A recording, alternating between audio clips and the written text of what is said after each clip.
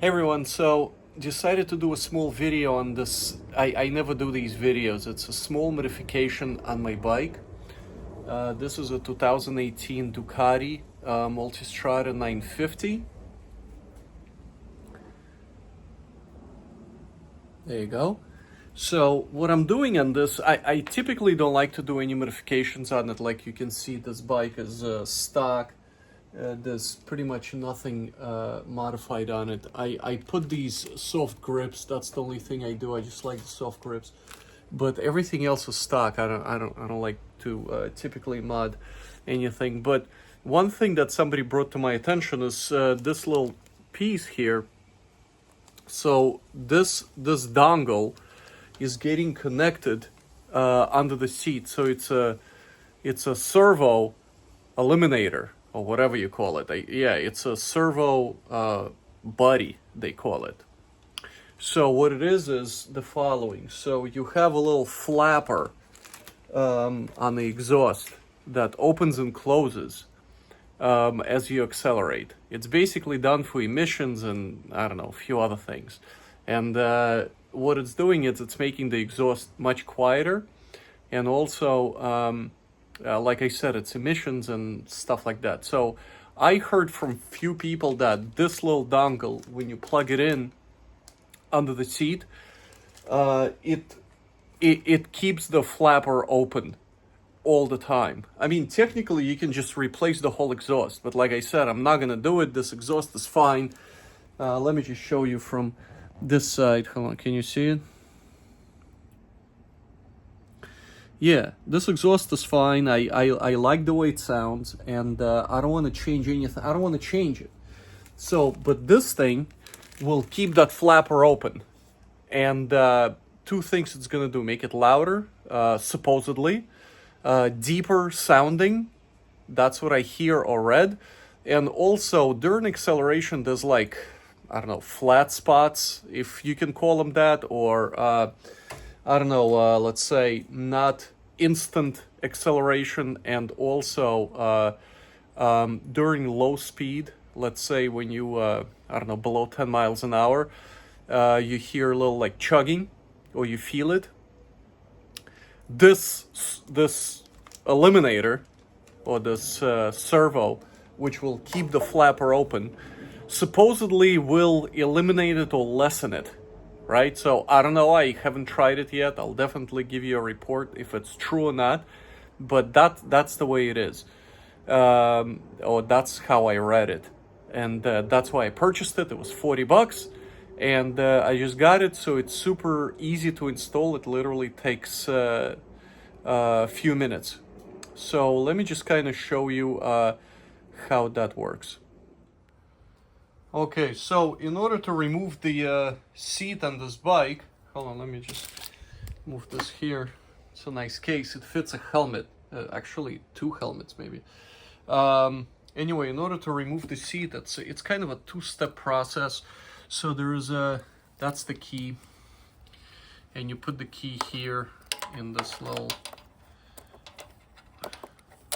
slot. Why is it not fitting in there? There we go. You turn that, the back lifts off, right? So that's pretty easy. And in here there's some storage. So I put like a tire repair kit, and like a small utility knife, and a few other things. So that's what I keep here. This is like a multi-tool, because you never know. And in order to remove the main seat, you got the key here, the hex. You got to do it on this side and the other side. So, and once you undo these, the seat kind of slides back. So I'll show you. It's pretty straightforward. I'll show you how it slides open and what's under it. Okay, so let me show you how it sounds before and after, right? So let's put the key in. See, that was that flapper. Hold on, let me show you if you can see it. Let me show you this flapper. Where is it? I guess you can see it from here, right? So you see the wire, and here it is right there. I guess you can't really see it that well, but it's right there on the exhaust, right here. So it opens and closes. On the bottom you can see it too. That's the other piece. So it's basically here. So and that servo, the wires are going up and under the seat here. So let me show you how it sounds with that flapper in place. I mean with the servo in place. Right, neutral. Okay.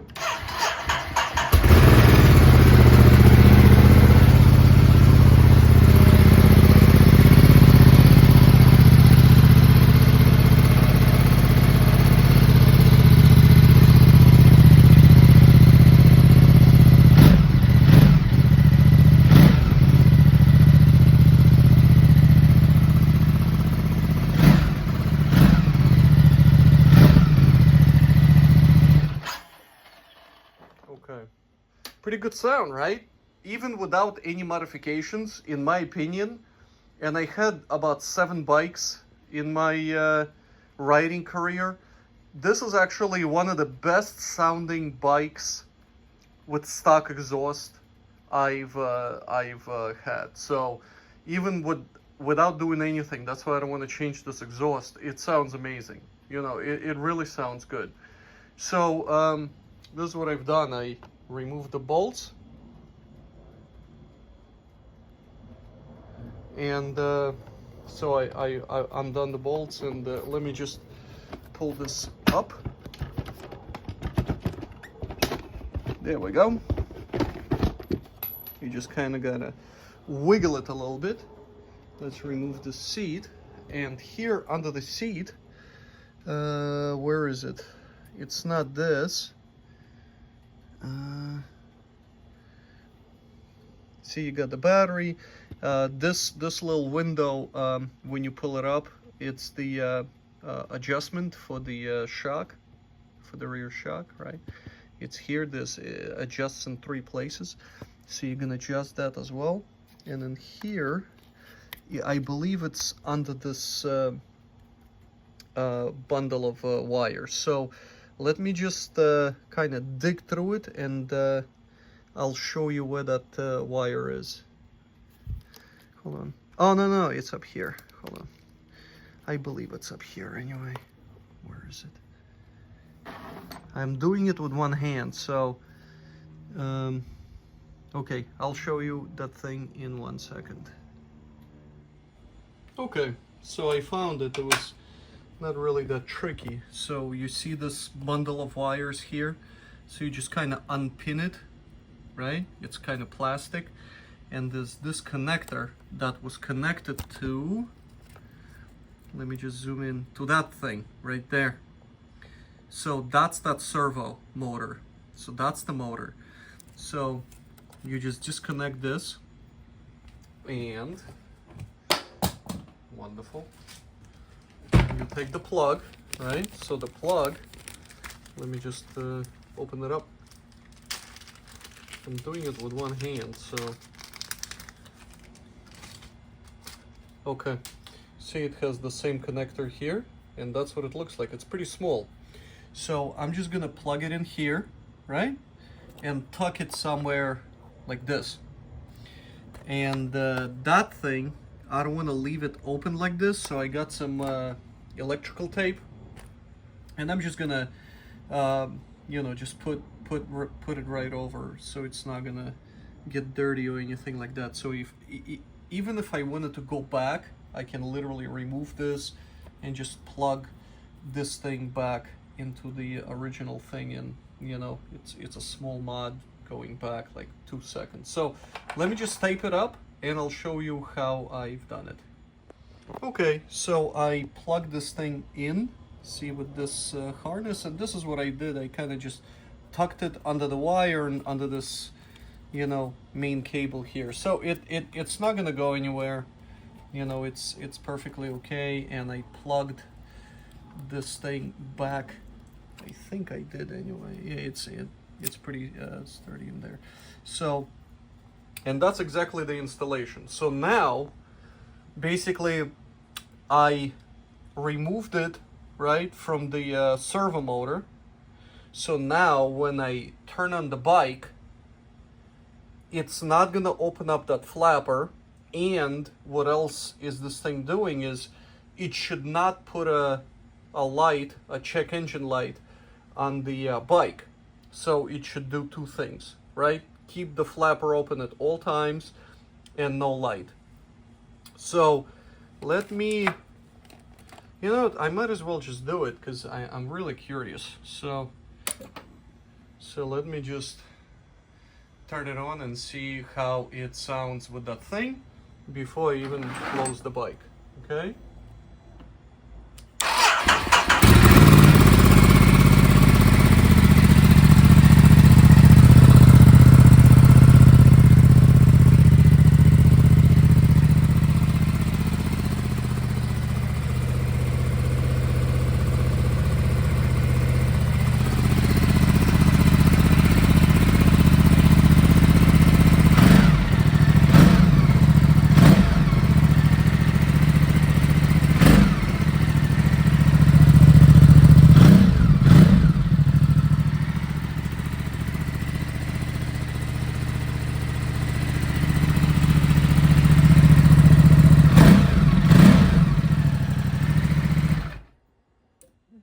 Wow, that sounds awesome. And by the way, did you notice when I turn on the bike, the first time when I turned it on, that motor was opening and closing? It went like you could hear it because that servo was testing it, right? So if the motor is connected. Now when I turn on the bike, you don't hear the servo, you don't hear the motor moving that flapper. Can you see it through there? No, you can't see it, but it's there. I can barely see it. I don't know if I can zoom in the camera. It's like it's that thing right there. Yeah, I can't even, you can't, but trust me, it's there. You can remove it. You can remove the whole wiring harness that kind of stretches all the way down into it, but I'm not gonna mess around with it. I just don't care. Let it just be there. If I want to bring it back to original condition, I can. So, you know, I'm not gonna mess around with any of this stuff. So I'm gonna ride it, maybe not today, but even though I really want to, but tomorrow, and I'll kind of give you my impressions on the sound. And also the most important thing is that I hear those you know, flat spots in acceleration. That supposedly should eliminate it, but you know, that's that's what they say, but you know, we'll see. Okay, so let me put the seat back on. Actually, to install the seat, it's a total pain. I don't know why Ducati did this with these screws here. So basically the seat with these screws, right, they go in these holes, and that's how you attach the front seat. And the back seat just clips normally like any other motorcycle. So I don't know why the front could not just kind of clip into place or something like that, or they couldn't come up with, you know, the same thing. But that's the only issue I found so far with installing the seat. It's just a total pain in the butt. And without, you know, a hex key or some sort of a screwdriver or something like that, you won't be able to remove the seat. So you really should have something there. So yeah, let me put this thing on and I'll show you the bike after. All right, so that took a little better. So I screwed this on this side and the other side, but the fitment of the seat is exceptional. Like, wow, I had a lot of motorcycles and Yamahas and Kawasaki's and even a BMW. The fitment of the seat, like how perfectly it just kind of fits here, and it just, you can't even move it. And I didn't even install the back one yet because the back seat kind of holds the back part of it. But the way they've done it, the way it just fits into place, is just it's amazing. You know, I'm really impressed with the quality of this and the seat itself. I mean, if you look, and this is the original seat, right? So the seat itself is fantastic. And let me just put this back in its place. Just kind of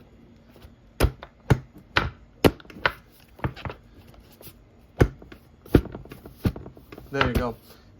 So one thing I wanted to say is that a lot of people say Ducatis run hot and they cook your butt because the engine is, you know, right under it.